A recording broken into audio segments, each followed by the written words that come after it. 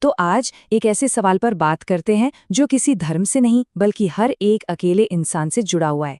ये इंसानियत के सबसे गहरे, सबसे पर्सनल सवालों में से एक है। तो चलिए इसमें थोड़ा और गहरे उतरते हैं। सवाल बड़ा सीधा सा लगता है ना? भगवान है या नहीं? पर इस सादगी में ही आप जानते हैं बहुत गहराई छुपी है। ये एक ऐसा सवाल है जो सदियों से हमारे साथ है, हमारे अंदर गूंजता रहता है।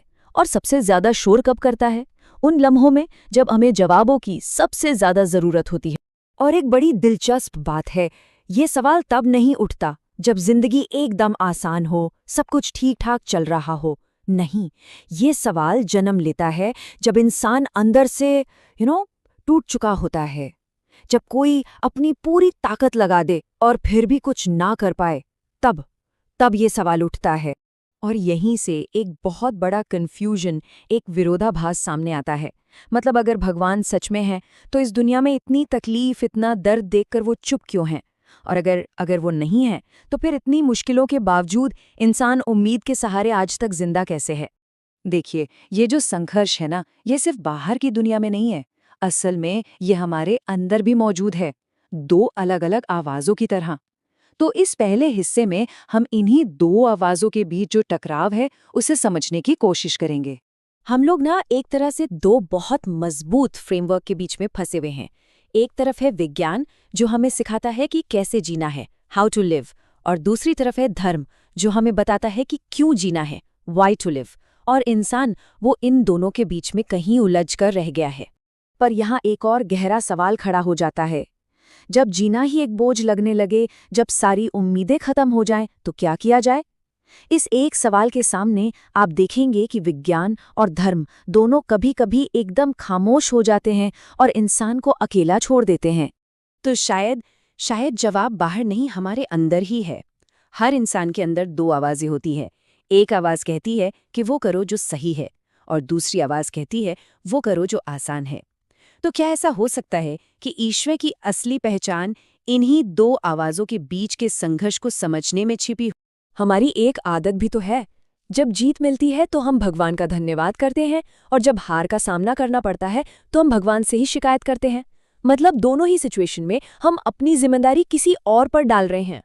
तो अब वक्त है इस पूरी बातचीत को एक नए नजरिए से देखने का। चलिए अपना ध्यान आसमान से हटाकर खुद पर लाते हैं। क्या हो अगर जवाब बाहर कहीं नहीं बल्कि हमारे अपने अंदर, हमारी अपनी जिम्मेदारियों में छिपा हो?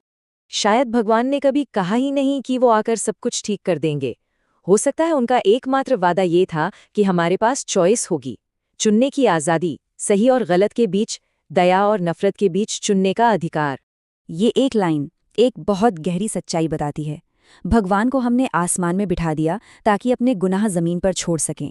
ये दिखाता है कि कैसे हम अपनी गलतियों की जिम्मेदारी लेने से बचने के लिए एक बाहरी शक्ति का सहारा ले लेते हैं। और यहाँ हमारा दोहरापन साफ नजर आता है ना? हम कहते हैं कि सब कुछ भगवान की मर्जी से होता है, पर जैसे ही कुछ गलत होता है तो वो मर्जी अचानक सिर्फ हमारी हो जाती है।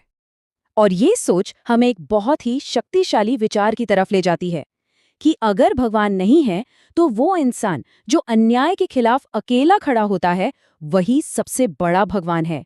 ये एक ऐसा विचार है जो इंसानी हिम्मत को, उसके साहस को ही दिव्यता का दर्जा देता है। तो आखिर में हम एक बिल्कुल अलग संभावना पर पहुंचते हैं। क्या हो अगर भगवान कोई जवाब नहीं बल्कि खुद एक सवाल हो?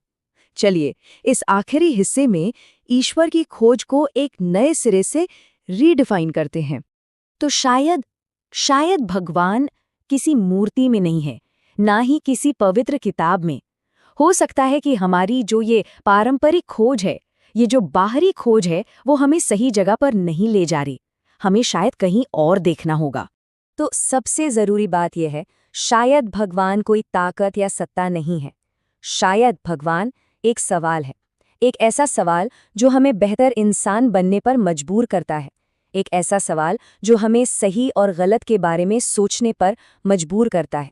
तो भगवान है या नहीं, इस सवाल का जवाब शायद किसी की जिंदगी को नहीं बदलेगा। चाहे जवाब हाँ हो या नहीं, दुनिया वैसी रहने वाली है। लेकिन इस सवाल को पूछने का जो तरीका है ना, वो एक इंसान को जरूर बदल देगा।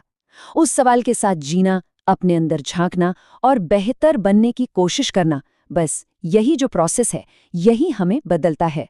और शायद यही भगवान का सबसे बड़ा सबूत है।